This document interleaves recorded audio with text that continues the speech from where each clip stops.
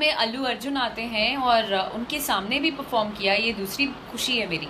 और मेरा ड्रीम था, और कोई कलाकार ये बात बोलेगा नहीं थी, मेरा ड्रीम था कि मैं गांधी मैदान में एज एन एक्टर, जो मैंने कभी सपने में भी नहीं सोचा था, गांधी मैदान में अपने लोगों के सामने, जिनके आप समझ सकते हैं, आप इस इमोशन को शायद समझ पाओ कि जिस जगह से आप, जहां आप पले बड़े हो, आपकी जन्मभूमि है, और वहां पे आपको ऐसा मौका मिलता है। गांधी मैदान is a huge thing, I mean for an actor, I mean जो भी बिहार से बिलोंग करते हैं और उनका प्रोग्राम अगर गांधी मैदान में होता है, तो भले ही मैं 5 सेकेंड के लिए भी जाऊं, तो भाई मैं बहुत खुश और कृतज्ञ हूँ इस बात से कि मुझे ये मौका मिला।